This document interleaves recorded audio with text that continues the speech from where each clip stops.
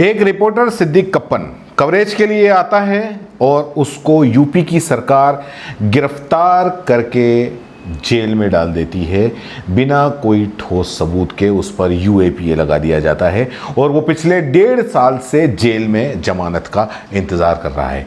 3 लड़कियां जो सरकार की नीतियों का विरोध संवैधानिक तरीके से करती हैं, लेकिन उन्हें दिल्ली के दंगों का आरोपी बना दिया जाता है और यूएपीए लगा दिया जाता है।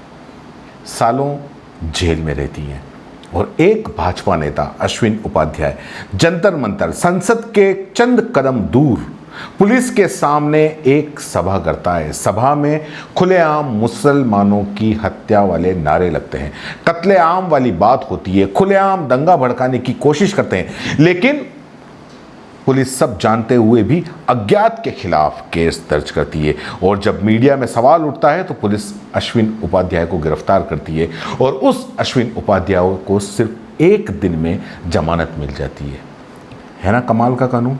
दिल्ली की अदालत ने जंतर मंतर पर प्रदर्शन के दौरान कथित तौर पर मुस्लिम विरोधी नारेबाजी के आरोप में गिरफ्तार किए गए भाजपा नेता और सुप्रीम कोर्ट के वकील अश्विन उपाध्याय को बुधवार को जमानत दे दी। महानगर दंड अधिकारी उद्धव कुमार जैन ने पेशे से वकील उपाध्याय को 50,000 रुपए के मूल जगह पर जमानत दे दी। अदालत ने उपाध्याय की जमानत अर्जी लंबित होने के मद्देनजर मंगलवार को न्यायिक हिरासत में भेज दिया था। बता दें कि बीते 8 अगस्त यानी कि रविवार को दिल्ली के जंतर मंतर पर भारत जोड़ो आंदोलन नामक संगठन द्वारा आयोजित कार्यक्रम के दौरान समान नागरिक संहिता को लागू करने के पक्ष में रैली हुई थी। आपको यह भी बता दें कि आरोप है कि इस दौरान भड़काऊ और मुस्लिम विरोधी नारेबाजी की गई थी। सोशल मीडिया पर वायरल कार्यक्रम के एक कथित वीडियो के प्रत्यक्ष तौर पर मुस्लिमों की हत्या का आह्वान किया गया था। इस कार्यक्रम में भाजपा नेता गजेंद्र चौहान भी मौजूद थे। अश्विन उपाध्याय को मंच पर देखा गया था। इसमें हजारों की संख्या में लोग जुटे थे। दिल्ली पुलिस ने सोमवार को इस संबंध में मामला दर्ज किया। घटना के बाद सोमवार देर रात अश्विन उपाध्याय के अलावा हिंदू सेना के अध्यक्ष दीपक सिंह, हिंदू विनीत क्रांति, प्रीत सिंह, दीपक कुमार और विनोद कुमार जो सुदर्शन वाहिनी के प्रमुख हैं, उनको गिरफ्तार किया गया था। मालूम हो कि जंतर मंतर पर कार्यक्रम के आयोजन और कथित तौर पर पुलिस की बिना मंजूरी के हुआ था। मामले में 8 अगस्त की शाम को कोई कार्रवाई नहीं की गई थी और मौके पर भीड़ बढ़ती गई। रिपोर्ट के अनुसार अगले दिन 9 अगस्त की सुबह पुलिस ने अज्ञात व्यक्तियों के खिलाफ आईपीसी की धारा 153A विभिन्न समूहों के बीच में दुश्मनी का बढ़ावा देना और 188 लोक सेवक द्वारा विधिवत आदेश की अवमानना के साथ डीडीएमए अधिनियम के तहत कोविड-19 प्रोटोकॉल के उल्लंघन से संबंधित मामला दर्ज किया था। कार्यक्रम की तस्वीरें और वीडियो में लोगों को कोविड-19 प्रोटोकॉल का उल्लंघन करते हुए मास्क नहीं पहने हुए देखा जा सकता है। इतना ही नहीं, इस घटना का वीडियो सोशल मीडिया पर वायरल है, जिसमें कार्यक्रम में मौजूद भीड़ का एक यूट्यूब चैनल नेशनल दस्तक के रिपोर्टर को प्रताड़ित करते हुए भी देखा जा रहा है। भीड़ रिपोर्टर को जबरन जय श्री राम के नारे लगाने को कह रही है। रिपोर्टर के मना करने पर उसे जिहादी कहा जाता है। घटना के संबंध में all India lawyers association for justice AILJ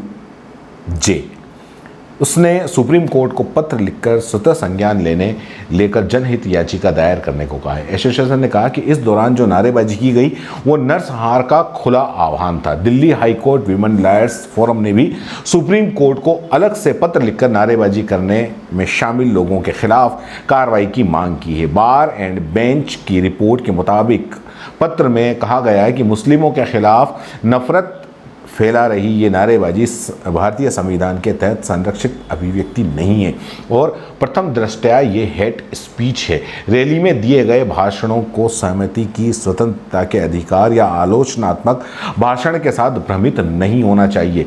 rally में दिए गए भाषण प्रत्यक्ष या अप्रत्यक्ष रूप से एक विशेष समुदाय के खिलाफ हिंसा का आह्वान करने वाले थे। रवांडा में जनजातीय अल्पसंख्यकों की तुस्सी के खिलाफ लगातार हेट स्पीच की वजह से 1994 में नरसंहार हुआ था। इधर राष्ट्रीय अल्पसंख्यक आयोग ने भी इस संबंध में सख्त कार्रवाई करने की बात कही है।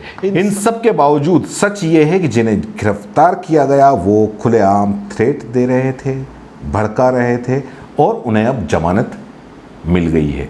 और जो सरकार पे सवाल उठाते हैं, सरकार से सवाल करते हैं संवैधानिक तरीके से, उन्हें यूएपीए मिल जाता है। धन्यवाद।